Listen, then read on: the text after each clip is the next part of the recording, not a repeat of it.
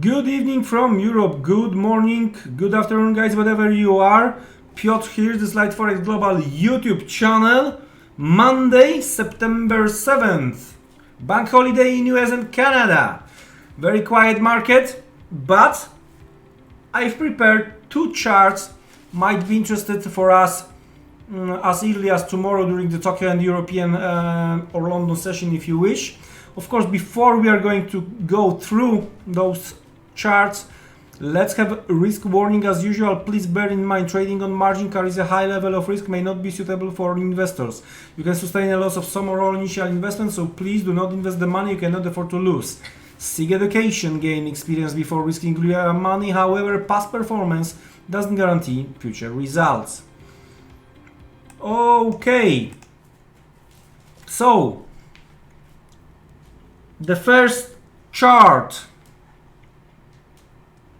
we are going to try to go through is Nasdaq. So we are going to discuss US Tech Index and taking into the consideration latest developments, guys.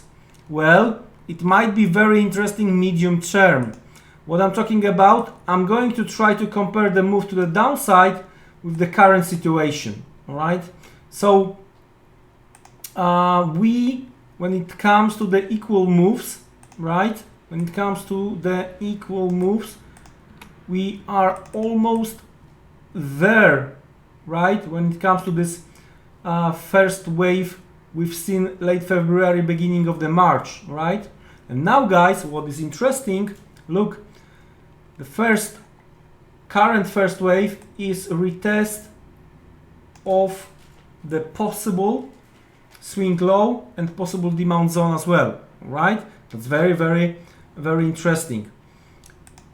In case we are going to go that way, what next? Well, we should see some kind of the rally eventually, right? Okay, what that could bring us, where that could bring us when it comes to, let's make it that way, all right? What is gonna bring us when it comes to the rally from here? Well, that's gonna be very interesting as well, guys, because suddenly it looks like it makes sense. We are going to eventually retest broken previously demand, now possible supply, all right? So we should see levels close to 10,900 with this move to the downside. Then with the move to the upside, there is a chance we are going to retest again 11,900, maybe 12,000 supply. All right. What next with this scenario? Let's have a look what we have. Right. Smaller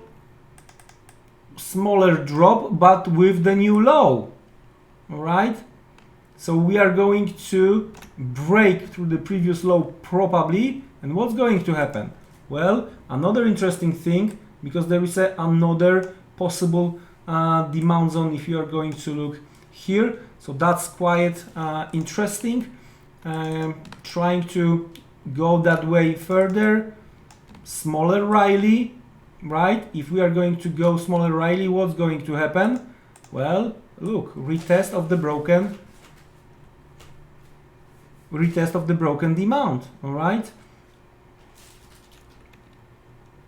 And then eventually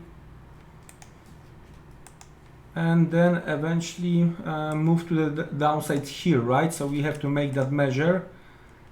So let's clean a bit and eventually this one. Okay, so that's gonna be move below 10k eventually here. And what's going to happen there? Another retest of the possible demand. All right, amazing stuff. You know, the thing is, what I like here is those things related to the equal moves, but what we are going to hit, it's not gonna be accidental hit of some levels. It's gonna be like, you know, someone already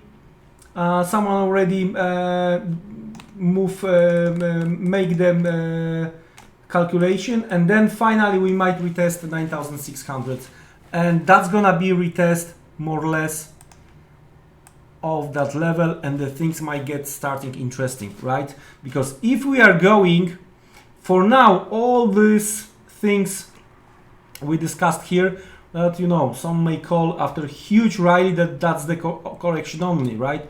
But if we are going to break below that latest weakness, the game may change eventually when it comes to the Nasdaq. Before we will go and check another chart, let's have a look what we have when it comes to the calendar. When it comes to the calendar over Tokyo session, there is a final GDP price index and final GDP out of the Japan, and during the European hours, well, final employment change and revised GDP. Okay, and nothing extraordinary when it comes to the first US cash session after the long weekend.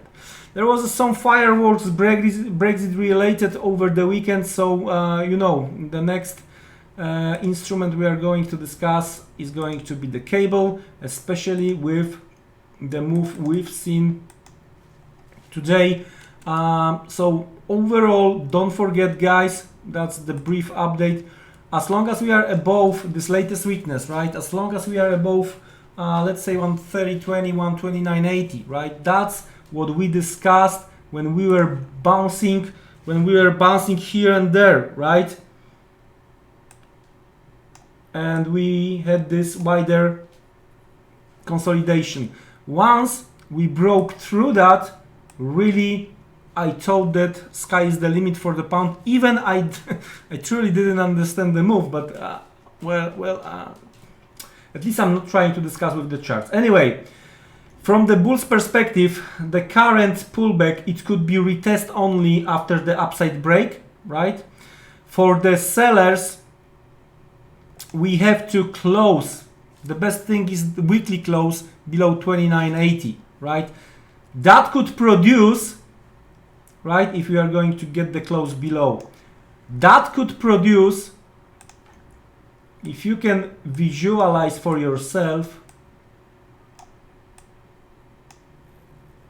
another retest of 130.29.80, another small rally, and eventually head and shoulder going on, right? So that's the last line of the defense. I'm talking about 30.20, 29.80 when it comes to the pound buyers, in my opinion. Sellers, either based on the Brexit related news, will push strongly lower, the same way we've seen that things here, right? Or, as I mentioned one more time, attempt to build the head and shoulder, and then levels close to 26.50 could be in play. With that being said, guys, be careful, don't be trapped, stay tuned, and see you around. Take care, goodbye.